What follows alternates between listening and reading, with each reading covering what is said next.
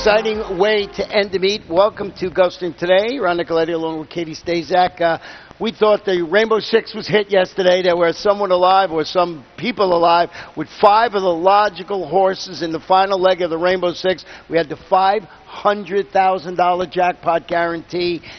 One of the horses that was not alive came in. So today we're going to deal with a $361,000 plus carryover in the Rainbow Six, which starts in race number 6. The Rainbow Six, yeah, race number 6 to 11, almost $362,000. We also have a carryover today in the Super High Five, a little over I think it's $2,600 today in the Super High Five. So, Katie, what a day! We thought it was hit. I was certain it was hit. I was so certain that it was hit. I was covering the Rainbow Six, and I had 2 different stories written because I was certain that this was going to get hit. We weren't going to have a carryover, but the Rainbow Six carryover was saved. It continues to grow, and like you mentioned yesterday, once this Rainbow Six gets to a certain point, a certain number, people really start getting excited about it. Right. We've reached that. Yeah, it's that way. So, and you were absolutely right to write 2 stories because sure looked like it was down because all the horses that we had picked in that race were all covered by that. So we were not right, but so we'll see how we have to do it. So we're going to go and we'll start to look at today's card today, Katie. And, before we get started into the card, let's go back and look at the greatest story of the summer yesterday, and that was the Gold Mover Stakes and the horse that won it. Yeah, and that was Flutterby. We're going to take a look back at this race, and the story that Ron is referencing is not necessarily this horse that really shined yesterday. You see Luca Panici look over his shoulder. No one's catching Flutterby, much the best, but her trainer, Jerry Bozza, was the real star of the show, 84 years old. 94 years old. What am I saying? He looks like he's 84. He looks in incredible shape. He's out there, just an incredible man to talk to, so insightful, and really deserving of that victory yesterday. Well, we just wanted to show you that. Now we're going to go see what's out there in the tweetosphere. And the first one, our buddy, Johnny Velasquez, 800 wins at Saratoga. That number to me just does not compute.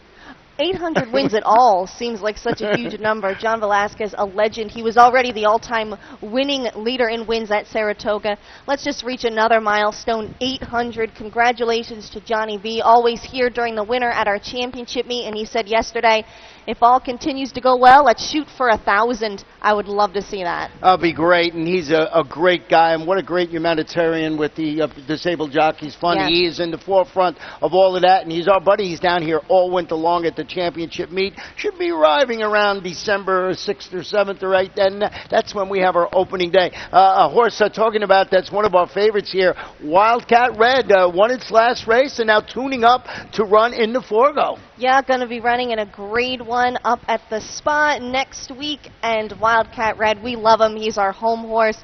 He's run in so many races here, won so many races here, and we wish him and trainer Jose Garofalo, his team, all the best up there. We sort of stole the thunder of this last tweet a little bit by showing you that race of Flutterby winning yesterday, and you see that. Congrats to Flutterby and from Windstar Farm for its son of congrats. Yes, congrats. Daughter. Doing really well as a sire, and he is the sire of Flutterby again. Just dominant yesterday. Very cool to see. That was a really special moment. In fact, I think my favorite moment was that Jerry Bozzo's son came all the way from Paris to come watch him yesterday. Paris, Kentucky? Paris, France. Oh, Paris, France. Yes, Paris, France, the real Paris. He's a journalist for the New York Times out there, a travel writer, and he came in, he said, I haven't seen, Jerry Bozzo win a race. I haven't been in the winner's circle race for 35 years. Wow, what really a story. Cool. So that is just part of the fun that we had, and of course that continues today with that huge carryover in the Rainbow Six. Let's delve into this card. Our first race today is going to be a 5-furlong turf event. Claimers, fillies and mares, 3 and up, non-winners of 3 races in life, or race since February 23rd, or 3-year-olds. So you got 3 conditions that can get you eligible into this race. And Katie, you went with the number 7 in here, Trio of Mischief. Speaking of congrats, here's a congrats filly. She was a gaining second last time out when dropping to this level from Allowance Company. She just missed. She was only beaten the neck that day by a filly that led the whole way. She ran in the Gracie Handicap in May behind Little Michelle, Fascinante and Joanne's Wildcat, I think she's perfectly spotted here. Yeah, we're basically in agreement with our top three selections. We just have in different order. I did go with the number 5, Moonlight, a matinee, who Katie has in second, stepping up to the next level after notching her second consecutive victory when she defeated a next out winner called Penny, who's been a common theme up here on our stage. That was a $16,000 two-lifetime claimer at the distance.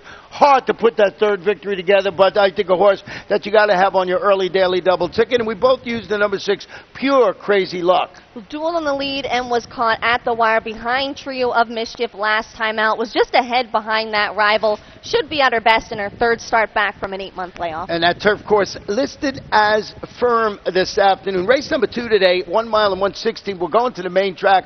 Main track is fast. These are claimers 3 and up. $6,250. 8 runners in the field. Katie, I went with the number 6 horse in here, Sir Sparky, and I believe you did too. Yesterday we were chatting and said this was a difficult card to pick, and you said to me, I'm pretty sure our picks are going to be very different tomorrow. Here we are in perfect agreement here in the second race. Sir Sparky, we always seem to settle on these same horses in these tough races. This one's going to take a slight drop down from the $10,000 level to contest this spot. Made a late run to get up for third at that level last time out. But 2 back, he prevailed in a stretch duel at this level. Think he's right back in the correct spot. Yeah, and what I liked about the horse, you look at his, he's a 4-time winner at this mile in the 16th distance. He's in a good spot coming out of post 6. Short run to the first turn. We use the first finish line when it's a mile in the 16th. 12 races, 4 wins, 4 seconds, and 7 thirds. So loves the distance. In second, we both have Bluegrass Jam, an impressive winner on the main track against this same caliber competition back on August 7th. Now goes back to the main track. Chased the pace, faded last time out. Dave Rakoff, Josie Gomez in the saddle today. And we closed it out with the number 5, Burning Time. Could be picking up the pieces late. He's really been right there, just missing the money in his past couple starts. Well, let's go to race number 3 today. We're back on the turf course. 1 mile and 116. Claimers, fillies, and mares. 3-year-olds and upward. Non-winners of a race in 6 months. No scratches or jockey changes in the race. Here we differ a little bit, Katie. So let's hear about yours, number 7, Roll Baby. A 4-time winner at the distance for trainer Monty Brisley. She got fanned pretty wide at the top of the stretch and tired last time out, but 2 starts back she was a gaining 4th against $10,000 claimers in open company and was only beaten a length and a half. I think the stretch outs would suit her well today, but you're right, we do have some different horses in here. You gave the edge to the 3 Starship Gambler. Yeah, this one is making her South Florida return and racing without the blinkers today after shipping up to Monmouth, setting the pace and fading to finish 8th, but that was against $12,500 claimers at this distance. David Fox takes over the training now. He's got Octavio Vergara Jr. Atop. To me, the speed in the race. I don't know if this horse can hold it on, but should be on or near the lead playing Catch Me If You Can. So that's the reason I went that way there. I'm glad to see you had it on the ticket, and we both used the number 1, Miss Pow Wow. Returned to the turf last time out after 3 starts on the main track and seemed to be pretty happy about it. Was a strong third and actually finished a neck ahead of the horse that I have on top, Roll Baby, so keep an eye on that. Well, we'll see how that turns out. Race 3 is the second leg of our first pick 4. Pick 4 is today starting. First pick 4 starts in race number 2. Race number 4 this afternoon, 6.5 furlongs. It's a starter allowance. 3-year-olds and up. They're going to run at that level of $35,000. Couple of scratches in here, so we're dealing with only with a 5-horse field. Scratch the 1 back to values. Also scratch the number 2, Wild Praise. The horse that you have on top, Sportsbook, I have in second. Let's go back and look at this horse's race back on July 30th. Yeah, this is from a $30,000 claimer. You're going to take a look at the 5 Sportsbook. And I thought this horse made a pretty good run late. You really think he's done. He's going to angle out and make up considerable ground. But you're going to see the horse in front of him start to creep out a little bit. And just as this horse really think, oh, wow, we're running out of time, might get pretty close, he's taken out with that horse. It's not an incredibly, I don't think it cost him the win, but I think he would have been very close had that not happened. Yeah, you know, and his momentum was moving forward and had to stop right there. So a horse that I do have in my ticket, but the horse that I put on top, you did not use in here, and that's Giannino, and this one will face winners at 6.5 furlongs after drawing away. What I liked about this, you know, it's going to be a key race somewhere along the line here. This one beat a pair of next out winners. It was a $25,000 maiden test going 7/8 of a mile, and as I wrote in my analysis today, if you read it every day online, it's the old key race angle, so that's why I put that one on top. Sportsbook for all the reasons you mentioned, and we both used the number 3, Mascherano, and I was thinking of maybe putting this horse on top. I kept going back and forth. I did too, and this horse should really appreciate the turn back in distance today. Went a mile last time out, dueled on the lead and tired to third, but 2 starts back. He broke his maiden against Similar when sprinting 6 furlongs. I think he fits in very well here. Well, tell him about the hockey horse here now. The hockey horse, Captain Taves. Come on, Ron, you knew I had to have I this know you had to have it on the somewhere. ticket. Hockey in the family. Captain Taves did not have an ideal trip when finishing 4th behind Sportsbook. Some sports theme here in this race on July 16th. It did not help that he was making his first start since January, and he had to do it on a tiring, sloppy track, so on a fast surface today, second start back should be better. Got to get that hockey stuff in. Let's go to race number 5. 1 mile claim is 3 and up. Non-winners of 2 races in life, $6,250. No scratches or jockey changes in this race. And you went with the number 8, and that is Wall Street Kitten, who I do not have on my ticket. What was I thinking? Let's hear it. Well, Kitten's Joy Gelding, this race is not on the turf, so I'm not going to knock you there. But he won his lone start at this distance when he broke his maiden by almost 10 lengths. That was 2 starts back on May 31st. Tired last time out, but he was coming off a 2-month layoff. Should be fitter today. And trainer Angel Rodriguez, 27% with horses making their second start back off of layoffs of this length. But I did use the horse that you put right on top in second. That's Some Midnight Star. Yeah, this one is hoping to show more during the stretch run this time around after setting the pace and finishing second best at this level and distance.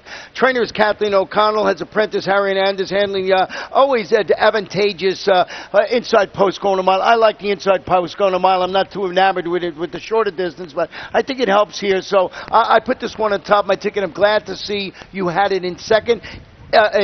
On your ticket, I went with the 4 T-minus in second, who's dropping to this level today on the main track. If you look at its last race, set the pace, weekend to finish 4th. It was against $10,000 2 lifetime claimers going a 2-turn mile on the turf. Alejandro Maimo is 25% with horses going from turf to dirt, so I'm playing the percentages there and threw this one on the ticket. Who else did you use? I used the 2 just for fun. You did as well. Finished 3rd just behind Some Midnight Star last time out for trainer Henry Colazzo, and going to have Tyler Gaffleone in the irons. Well, race number 6 is where the Rainbow 6 starts. $371,000 plus, going to skyrocket way past $400,000. You know, right away. So this one is getting very exciting, and this is 6th race, 5.5 furlongs. These are claimers. They're 3-year-olds and upward, and they're running for the $6,250 tag, and we have 8 runners in the field today, and we're basically in agreement. We got our 3 flip-flopped around. Let's start with yours, the number 5, and that is Stone Jack. From the Ruben Munges barn, he's going to cut back a 16th of a mile today after finishing 3rd when he went 6 furlongs. That was on August 6th. It was his first start in open company, so I thought that was a very solid effort. 2 back, he drew off by more than 2 lengths at this 5.5 furlong distance and turning a bullet up at Palm Meadows to tune up for the start, so should be fit. But we do have the same 3 horses, and you gave the edge to Pecorino. Pecorino is stepping up versus open competition today after drawing clear to defeat a next out winner called Aqua Pulito. It didn't run too well yesterday, I don't believe. So, you know, this was a 6,253 lifetime claimer at this distance, but that was by almost 5 lengths. The trainer Jenna Antonucci, Harry Hernandez returning on this New York Invader, ran pretty well last time out. He did. And what about the 6 Bluegrass Derby? He's going to make his first start off the claim for trainer Angel Rodriguez. He's 36% in that category. Was second at this level on August 13th. What I like, a new trainer, but keeping the same jockey around. Yeah, and this horse, we don't run that many 5.5 furlongs on the main track. We do run it, but not a lot. And this horse has 5 starts at that distance. Talking about Bluegrass Dairy with 2 wins in the second. So, sometimes those in-between distances between 5 and 6, certain horses like that, and then that's the reason that they perform well at it. So I think I could confidently say we might have the 3 that you might want to put on your ticket in the first leg of the Rainbow Six. If we're wrong and you're wrong, have no fear, because you could start the pick 5 in race number 7. 5 furlongs on the turf, an allowance optional claim at 3 and up, $25,000. 9 runners in the field. Want to go back and show you the horse that you have on top of your ticket and I have in second, and that is Moonshine Sipper, was game last time out. He was very game. I tell you what, this is one of my favorite horses of the summer. This horse is very strong-willed, and he can have an attitude and be very difficult to ride, but when he is focused, he's very tenacious, and he showed this last time out, hanging on for a length victory. He's won 3 of his last 4 for trainer Wesley Ward, and I think if he's, putting his mind to the task again today, he's going to show that gameness again. You actually went. Please tell me more about Sylvan Park, because I didn't use this horse. Well, this one is making his local return after shipping up to Churchill Downs and rallying from off the pace. He defeated a field of maiden special weight runners at this distance. He's a son of Wildcat Air, and I think he's going to sit the trip today behind what I see as a hot and heavy early pace scenario. But for all the reasons you mentioned, I had to put the number 7 Moonshine Sipper on my ticket. Owner trainer Wesley Ward. This horse always runs his race. So I was just going, this is more of a trip pick for me with the number 8. It's Sylvan Park, and I told you it would be different a little later on during the day. So what else did you use? El Botas, but you do have El Botas on the ticket as well. Should appreciate some class relief. Ran in the Bonita Stakes last time out. Was 4th in that race. Off a solid second-place effort at this level in July. Absolutely belongs somewhere on the ticket. I think he's part of the exacta trifecta or whatever you might want to use him for, especially if you're betting that the pick 5, which starts in race number 7. Race number 8 today, 6 furlongs, claim is 3 and up, non-winners of 3 in life or 3-year-olds. They're running for $30,000 down to $25,000. 1 scratch in here of the number 5, and that is Royal Seer. And we both, we're back in agreement again now with our buddy Restaurant. I love the name of it. You spoke too soon, Ron. We got it all tied up here. Restaurant going to drop out of a pair of upper level allowances for trainer Rohan Cretan. The last time he ran at this level, he was second, only beaten a half length. I think he's very well spotted today, and I love that Harry Hernandez is going to pick up the mount. Number 3, Fastidious Son, who we both have in second, beaten a length at this level and distance. That was back on the main track. It was June 4th. Now goes back to the dirt today.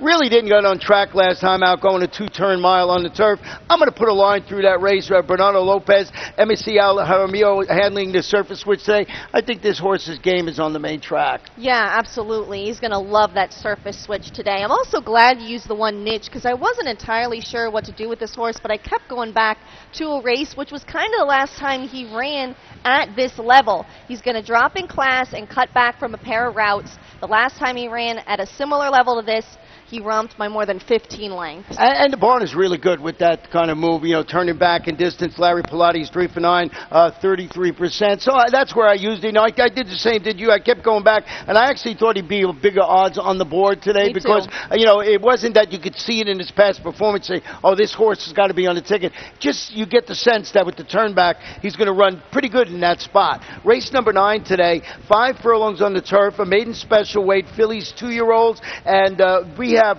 no scratches. A great race. This is a really, really fun race. 11 runners are going to be in the field, and we want to go back and show you performance of More Royalty, who I know Katie has right on top of her ticket. I think this is the race of the day, Ron. Right. This is a nice one. Here's More Royalty. Going to be making her turf debut today, but take a look at her. This was in her career debut. She runs a very solid second to Can Do, who was just dominant in this race and would end up going to run in the Adirondack Stakes up at Saratoga. She actually ran very well considering the trip she had up there. I can't wait until Can Do runs back here so we can show the treble trip of that race. Yeah. But getting back to here, she was 7 lengths clear of the 3rd place finisher that day, and I think she's going to like having that extra 16th of a mile to run. Yeah, Can Do right to its nose in that race. Never had a shot. I am shocked that Katie doesn't have the 10 on top in here, and that's Mo Nose. This one is hoping for a clean trip after having to steady between horses when finishing fourth, beaten 1.5 lengths. It was its career turf debut at the distance. I think this horse really sparked up when it tried the turf last time out. The daughter of Uncle Mo, trained by Wesley Ward. Oh, and owned in part by a certain football player that Katie always roots for, and that is Wes Welker. So this one running for the maiden tag, I think he's going to run there. Shed that maiden tag today. Absolutely, and fitting now, football has just started up with the preseason, so I could easily see Wes Welker getting a win here with Mo Nose, and I absolutely love that Harry Hernandez is getting on this horse today. Now, what about the 4 Will Be Magical that you put on your ticket? Gonna debut for trainer Bill Kaplan. She's by Wilburn out of the Forestry Mare Magical Baby. Kaplan picked her up from the OBS sale in April. 10 pretty solid workouts since June, so I threw her on the ticket. Well, number 11 is a daughter of Custom for Carlos. To say Custom for Carlos, that's by More Than Ready, and that's the same sire of the number 3, More Royalty. So debuting for Dave Brady with a series of solid workouts showing on the Gulfstream Park West training track, and I believe she's the upset special in this race. I like her on the ticket. It's sort of a little bit of sneaky turf breeding in there, and I think this horse can run well, and Dave Brady just been having a great year. Let's go to race number 10, 5 furlongs, maiden special weight, fillies, 2-year-olds. Another fantastic race with 11 runners in it. Boy, these 2-year-old races are a lot of fun. We got our top 2 flip-flop. You went with the 3, Kiss Us. A Whisper Hill Farm homebred debuting for Ralph Nix. He continues to win 2-year-old races just at an incredible rate. This one has 12 published works on record, working very consistently here since July. I liked it. Tyler Gaffleone teaming up. It's just an almost unbeatable duo, but the 2 Above Fashion that you put on top of the ticket has the experience edge for sure. Yeah, and it'll be treated with Lasix today and turning back to 5 furlongs after dueling for the lead and finishing game second was the odds-on choice in that race, going 3/4 of a mile. Rashawn Creaky, Ismael Jaramillo in the saddle. I like the fact of all those things I just mentioned, getting the Lasix, turning back the previous experience, but certainly am not leaving the number 3, Kiss Us, off the ticket there. These are 2 horses you have to use, and you might have to also use number 7, Chief Attraction. Another Bill Kaplan debut runner. It's a daughter of 40 grams. Now, 40 grams, you just mentioned that last sire, less familiar. 40 grams is by Distorted Humor. He's a young stallion. His progeny are 2 for 6 first time out. The dam was stakes place, so I think a pretty nice pedigree here. Yeah, and Bill Kaplan, you always hear, Wesley Ward, or you hear Ralph Nix and everything. You look at his with first-time starters, he's right there. He's over 20%. His horses always have a chance to win first out, and you know what? They pay great. So I wouldn't leave that horse off the ticket if it's at all possible when you're putting your major tickets together today, because the 11th and final race is what we like to call up here a head scratcher, and that is 7.5 furlongs on the turf. Claim is fillies and mares 3 and up, non-winners of 2 races in life. Scratch the 11 here. I know we both had this horse on the top of our ticket. I'm talking about Sharango. Also scratched the also eligibles 13, 14, and 15, and we have 2 top selections flip-flopping here. Tell me about the 7 in here, and that is New York Jackie. I hope you can change my mind. Yeah, well, I don't know if I can. This is a very tough race. This one, I like she's getting back on the turf. Her race was moved to a sloppy track last time out. 2 back, she was a little outclassed against $16,000 claimers. But 3 back, she broke her maiden at the $20,000 maiden claiming level, and I just think she's much better spotted today to face fellow winners. Yeah, I think she figures nicely on the board. I did go with the number 1, who you have in second, Stack the Crown, dropping just a notch after rallying late to finish 5th, beating only 2 lengths. It was a $10,000 2-lifetime claimer at the distance. So these 2, I think, have to be on your ticket. Now, the horse I want to hear about is the number 12. Taking a really big class drop. That was why I ultimately settled on this horse, dropping from the $30,000 level and making her 3rd start off a 9-month layoff for trainer Joe Hennessy. And he had his first winner of the meet yesterday, so heating up. Yeah, they paid double-digit prices. I give out a long shot each and every day, and my long shot today was going to be it is the number 2 horse, and it starts your trouble. Then I look at the morning line, and I see the horse is 7-2, so I thought this horse would be a little bit of a better price than it is in the morning, and I'll tell you why. Going back to the turf after responding to a drop in competition last time out with a pretty nice maiden victory go against $20,000 types, but it was a race moved from the turf, and when it's 7.5 furlongs on the turf, it goes back to 7 furlongs on the main track. So a whole different game, but this horse ran rather well. I just don't know about that 7-2, but I think with the scratch of the 11 Sharanga, this horse is going to take some money, so 7-2 long shot. The odds maker is just taking a look at your picks and finding them somehow. He's out to get you lately with these long shots. Yeah, I know. I think they're going to be 20-1, and I look into the morning line favorite. But that happens sometime. But a fun day of racing, as we mentioned, Katie, that huge guarantee in the Rainbow Six. Not a guarantee; it's an actual carryover of $370,000 plus. Guaranteed to be a fun day. Yeah. Good luck, everybody.